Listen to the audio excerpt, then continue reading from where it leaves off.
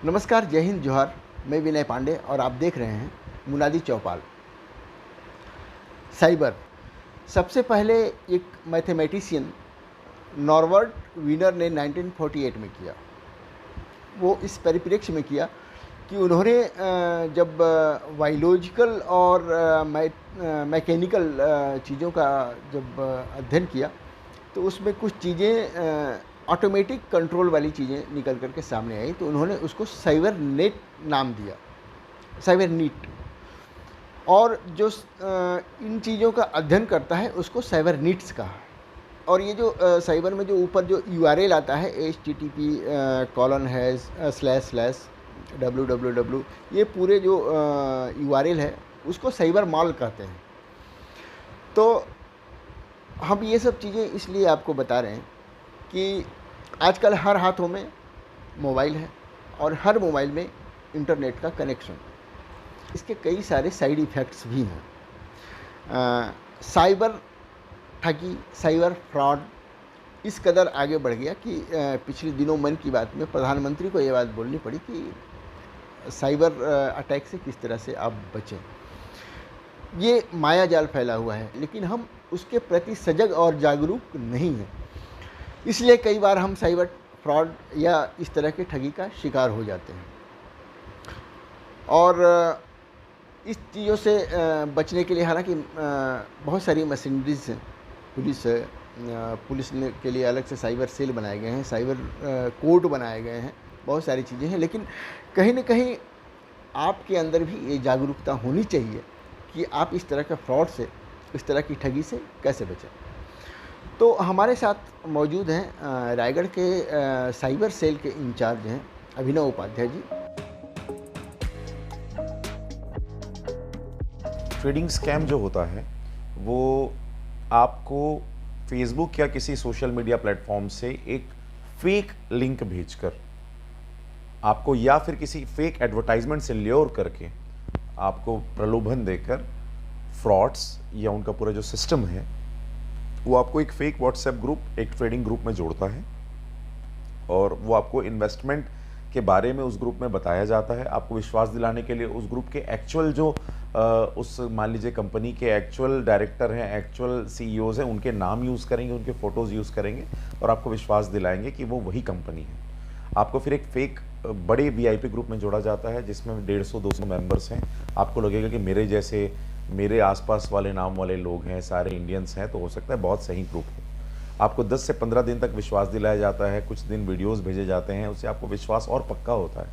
और पक्का विश्वास जैसे ही आपका होने लगता है और वो लगातार फेक, उस ग्रुप के बाकी मेंबर्स फेक स्क्रीनशॉट्स भेजते हैं, जिस फेक स्क्रीनशॉट्स में पैसे वो कितने लगा रहे हैं, उनको कितना रिटर्न आया, उसका एक फेक डैशबोर्ड की एक फेक स्क्रीनशॉट होती है, उसका एक्चुअल रियलिटी से कोई संबंध नहीं होता।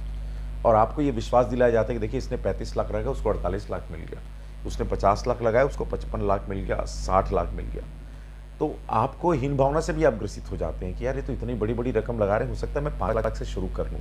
आपको ये विश्वास दिलाना उनका पर्पस होता है।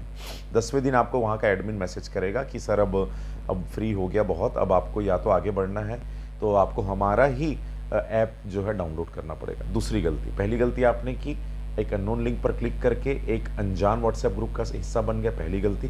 दूसरी गलती आपने की कि उस अनजान व्हाट्सएप ग्रुप के मेंबर्स का विश्वास करके आपने उनकी एक फेक APK फाइल डाउनलोड कर ली। जैसे ही आप डाउनलोड करते हैं, अब क्या होगा, अब आपको एक आपका स्वयं का एक डैशबोर्ड बन गया, मिस्टर X आपका जो भी नाम है, और आपके डैशबोर्ड में आपने एक हम्बल रकम से शुरुआत की, 5 लाख रुपए। आपको हम्बल रकम रख रही क्योंकि वहां पर 50 लाख का स्क्रीनशॉट भेज रहे हैं, तो आपको लगेगा कि आप बहुत छोटी रकम से शुरू कर रहे हैं, पर वो आपको नहीं पता कि वो सारे लोग आपके 5 लाख के लिए ही वेट कर रहे हैं। और ऐसा करते करते करते करते करते हमने ऐसा पाया है कि ऑन एन एवरेज जो ट्रेडिंग फ्रॉड है वो 25 से 30 लाख रुपए से लेकर 4 से 5 करोड़ रुपए तक जाता है। भारत के हर हिस्से में अब कोई कोना नहीं बचा जहां ऐसा ना हुआ हो। और इसमें कितनी इंटरनेशनल क्रिमिनल लिंकेजेस जुड़े हैं मैं वो आपको बताता हूं, और अंतर्राष्ट्रीय ऑर्गेनाइज्ड क्राइम, संगठित अपराध से कैसे जुड़ा है ये बताता हूँ। आपने ये सुना होगा कि पिछले 6 महीने में अखिल भारत में 6,500 करोड़ रुपए से ज़्यादा के ट्रेडिंग फ्रॉड हो चुके हैं। 6,500 करोड़, जी हाँ, आपने सही सुना। और इसके लिंक जुड़े हुए हैं साउथ ईस्ट एशिया से, इसके लिंक जुड़े हुए हैं चाइना से। कैसे? आपने एक शब्द सुना होगा साइबर स्लेव। 5000 से ज़्यादा भारतीय जो आईटी प्रोफेशनल्स हैं, जो स्वयं साइबर फ्रॉड का शिकार बने, उनको हायर सैलरी देने के नाम पर, दुगुनी तिगुनी सैलरी देने के नाम पर south east Asia, Laos, Cambodia, Vietnam जैसी कंट्रीज़ में बुला लिया गया। और चाइना के जो पुराने इल्लीगल ड्रग माफिया थे, जो कि साउथ ईस्ट एशिया में बसे हुए हैं, वो पहले जो ड्रग का धंधा करते थे, अब वो साइबर फ्रॉड जो है वो एक बृहद स्तर पर चला रहे हैं, व्यापक स्तर पर, अंतर्राष्ट्रीय रूप से चला रहे हैं। ये क्या करते हैं? इनके पुराने लिंक्स हैं हवाला ट्रेडर्स से, इनके पुराने लिंक्स से ऑल इंडिया में जो हवाला ट्रेडर्स फैले हुए हैं, फेक जो मतलब जो कि इल्लीगल हवाला ट्रेडिंग का काम करते हैं, हवाला पैसे का लेन देन काम करते हैं, और उनका इस्तेमाल करते हुए और कुछ आईटी प्रोफेशनल्स जो हैं जिन्होंने इनकी सिस्टम्स बनाने में, इनके डैशबोर्ड्स बनाने में, इनकी ऐप्स बनाने में इनकी मदद की है, उनकी सर्विसेज इल्लीगली लेकर वो वहाँ लोग बैठे हुए हैं। पहले तो हमारे इंडियंस को बुलाया गया वहाँ पर 4 से 5 हज़ार लोगों को अलग अलग समय पे, और उन सभी को बंदी बनाकर रख लिया गया, उनके पासपोर्ट छीन लिए गए और उनको बताया गया कि या तो आप भारतीयों को ठगो, या तो आपके साथ मारपीट होगी और आपको खाना नहीं मिलेगा, या आपको करंट दिया जाएगा, या अन्य प्रकार का टॉर्चर दिया जाएगा।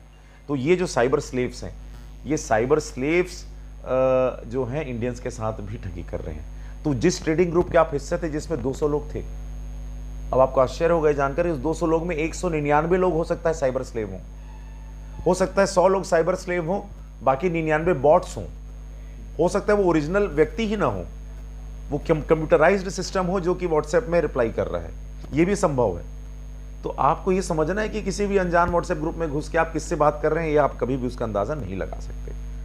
और साइबर स्लेव भी हो सकता है आपके साथ वो ठगी कर रहे हो, क्योंकि वो खुद मजबूर हो। आपको APK फाइल वगैरह नहीं करना चाहिए, बिल्कुल। लिंक पे नहीं जाना चाहिए। मैं आपको बताता हूँ कि आज की डेट में APK फाइल्स जो फ्रॉड है, APK फ्रॉड, ये जामताड़ा से लेकर ऑल इंडिया में फैला है, और अखिल विश्व में से भारत में जो फ्रॉड हो रहा है, खासकर साउथ ईस्ट एशिया और चाइना से, तो यही करते हैं वो आपकी लोकल एरिया में, मान लीजिए कोई चीज़ है, मान लीजिए प्रधानमंत्री की कोई योजना है, गरीब कल्याण योजना है, प्रधानमंत्री की और किसी प्रकार की योजना है, हाउसिंग से रिलेटेड कोई योजना है, नरेगा की योजना है, तो वो क्या करेंगे कि आपका मान लीजिए गांव में कोई ग्रुप है, तो वो एक व्यक्ति का व्हाट्सएप हैक करेंगे।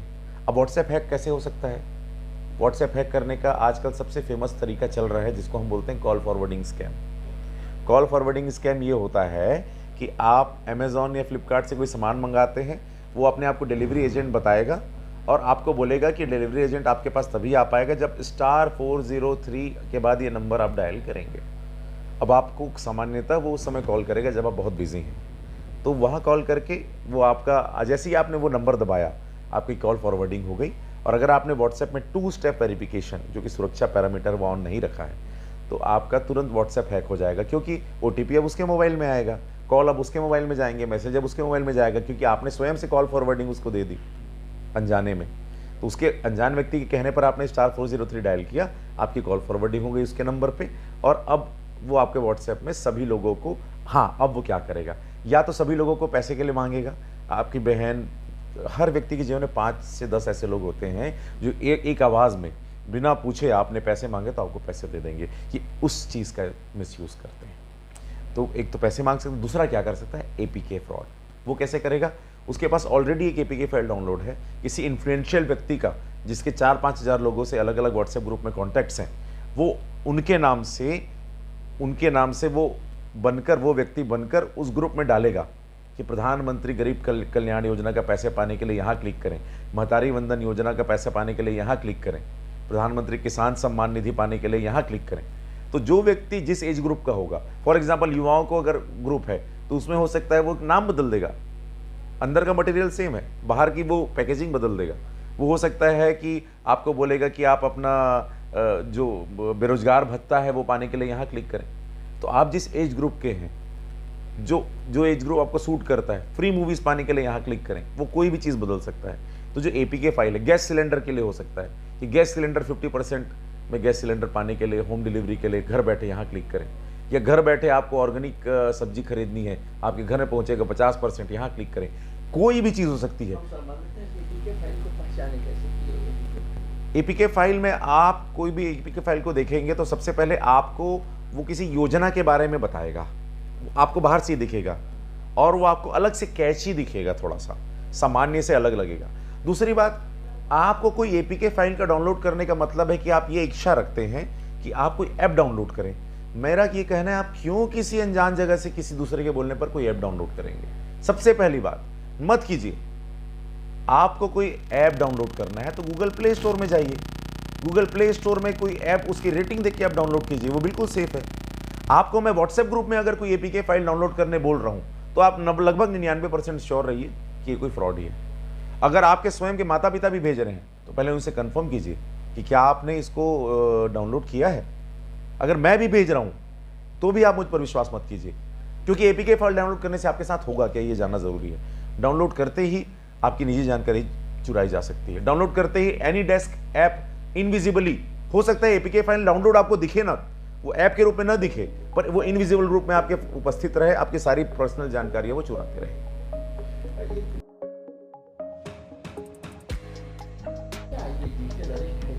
सबसे पहले तो मैंने आपको बता दूं कि भारतीय नागरिक सुरक्षा संहिता बीएनएसएस के तहत डिजिटल अरेस्ट शब्द का कोई प्रावधान नहीं।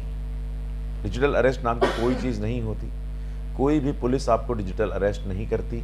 डिजिटल अरेस्ट का अर्थ होता है किसी अपराधी के द्वारा, किसी साइबर अपराधी के द्वारा ऑनलाइन भय दिखाकर रुपयों की मांग की जाए, या आपको अपनी जगह पर अपनी खिड़की दरवाजे बंद करने को कहा जाए, या आपको किसी प्रकार की भी धमकी या प्रवंचना देकर उनके द्वारा आपको फिजिकली स्क्रीन के सामने रखने का प्रयास किया जाए। ये बड़ा ही मॉडर्न टर्म है क्योंकि ये साइबर फ्रॉड्स के द्वारा ही इंट्रोड्यूस किया गया है। तो डिजिटल अरेस्ट जो शब्द है वो हमको समझना है कि बीएनएसएस की परिभाषा में, कानूनी परिभाषा में कोई डिजिटल अरेस्ट नहीं होता। मैं फिर से क्लियर कर दूं, कानून की परिभाषा में फिजिकल अरेस्ट ही होता है। डिजिटल अरेस्ट सिर्फ किया जा रहा है तो साइबर फ्रॉड्स के द्वारा किया जा रहा है। अगर अगली बार कोई फोन करता है और बोलता है कि आपके खिलाफ ईडी से, सीबीआई से वारंट है, मैं दिल्ली क्राइम ब्रांच से वारंट है, मुंबई क्राइम ब्रांच से वारंट है, XYZ जगह से वारंट है, बिल्कुल उसकी बात पर विश्वास करने की आवश्यकता नहीं है। तत्काल प्रभाव से आपको उसका फ़ोन कट करना है और सबसे नज़दीकी थाने या फिर नज़दीकी साइबर सेल में जाकर उसके बारे में आप बताइए। कोई डिजिटल अरेस्ट नाम की चीज़ नहीं होती। ये सिर्फ आपसे पैसे ऐंठने की, आपको प्रवंचना में डालकर पैसे ऐंठने की तरीके हैं। शुरुआती दौर में इस तरह के फ्रॉड को नाइजीरियन फ्रॉड कहा जाता था, क्योंकि ये नाइजीरिया से ज़्यादा ऑपरेट करता था, फिर जामताड़ा हो गया। अब ये कहाँ फैल चुका है? अब ये ऑल इंडिया में फैल चुका है। अब ये जामताड़ा में फैल चुका है, देवघर में फैल चुका है, बिहार पटना से हो रहा है, नूरसराय से हो रहा है, कटिया सराय से हो रहा है, वेस्ट बंगाल से हो रहा है, वेस्ट बंगाल में कलकत्ता से हो रहा है, बुरईपुर से हो रहा है, नू हरियाणा से हो रहा है, झज्जर राजस्थान से हो रहा है, गुजरात अहमदाबाद से हो रहा है, बेंगलोर से हो रहा है, हैदराबाद से हो रहा है। ऐसी कोई जगह नहीं बची। चेन्नई से हो रहा है। अब कोई एक हब नहीं रह गया है साइबर फ्रॉड्स का, क्योंकि वो कहीं भी, अच्छा साउथ ईस्ट एशिया से हो रहा है, ये आपको सिर्फ नाइजीरियन लोग ऐसा करते हैं, अब ऐसा नहीं है। अब आपको अखिल विश्व से, दुबई से भी ये फ्रॉड हो सकता है, साउथ ईस्ट एशिया में लाओ से हो सकता है, कंबोडिया से हो सकता है, वियतनाम से हो सकता है, कहीं से भी हो सकता है। तो ये तो ठीक है सर, लेकिन अगर पुलिस के पास जाते हैं तो क्या प्रोसेस? मैं आपको बता दूं कि हमारी जो मिनिस्ट्री ऑफ होम अफेयर्स है, उन्होंने एक बड़ा ही शानदार प्लेटफॉर्म बनाया I4C, Indian cyber crime coordination centre. और I4C का ये काम ही है कि इस तरह की लोगों को हेल्प करने की चीज़ें बनाई जाए। तो उन्होंने एक हेल्पलाइन नंबर बनाया। साइबर फ्रॉड अगर आपके साथ हो जाता है तो 1930, ये एक बहुत इंपॉर्टेंट नंबर है, कृपया सभी लोग ध्यान रखिए। 1930। छत्तीसगढ़ में किसी के साथ फ्रॉड हो जाता है तो हमारे एक नोडल व्हाट्सएप नंबर है 9479281934, 9479281934। इस नंबर पर आप व्हाट्सएप कीजिए हाय, तो आपको एक ऑटोमेटेड मैसेज आएगा। उस मैसेज को आपको भरना है, उसमें कि आपके साथ किसने फ्रॉड किया, किसका कॉल आया, XYZ सारी जानकारी आप उनको दे सकते हैं। और नहीं समझ में आए तो सीधा आप 1930 में डायल कीजिए, किसी भी सर्विस प्रोवाइडर से आप डायल करें। वो एक राष्ट्रीय हेल्पलाइन नंबर है साइबर क्राइम की, जिसमें लगातार हम साइबर जन जागरूकता के माध्यम से भी, हमने तो रायगढ़ पुलिस ने आदरणीय SP दिव्यांग पटेल सर के मार्गदर्शन में एक शानदार सॉन्ग भी बनाया है, आप उसको भी प्रमोट कीजिए। 1930 पे हमने एक रैप सॉन्ग बनाया है ताकि युवाओं को हम ज़्यादा से ज़्यादा लोगों को, युवा वर्ग तक हम प्रेरित कर सकें, उन तक बढ़ें कि एक गाने के भी माध्यम से, एक रैप सॉन्ग के माध्यम से वो 1930 की महत्ता को और साइबर फ्रॉड से कैसे बचें, उन सभी तरीकों को समझें। थैंक यू सर, आपने इतना समय दिया और इसके लिए बहुत बहुत धन्यवाद। आपका बहुत बहुत धन्यवाद। जाने से पहले मैं आपको बताना चाहूँगा एक चीज़ कि @cyberdost ट्विटर हैंडल है ministry of home affairs I4C का, प्लीज़ उसे फॉलो कीजिए, रोज़ आपको नई जानकारी मिलेगी। और उनके द्वारा जैसी एक बहुत बड़ी अच्छी 2 लाइन कही गई थी कि छोड़कर लालच, लापरवाही और डर, मेरे दोस्त सोच समझ कर क्लिक कर। तो आप सभी लोग अगली बार सोच समझ कर क्लिक करें और अपना ध्यान रखें और साइबर सेफ रहें। जय हिंद। हाँ, तो आपने सुना अभिनव उपाध्याय जी को, उन्होंने किस तरह से सारी चीज़ों को डिटेल में बताई है। और इसका सिर्फ एक ही उपाय है साइबर सेल से बचने का, कहीं क्लिक न करें। अनजान जो इस तरह के URL आते हैं उस पर क्लिक नहीं करना है। सतर्क रहें, सावधान रहें, अपने पैसे को सुरक्षित रखें, अपनी निजी इन्फॉर्मेशंस को सुरक्षित रखें। तो देखते रहिए मुनादी चौपाल, पढ़ते रहिए munadi.com, the voice of voiceless. Thank you.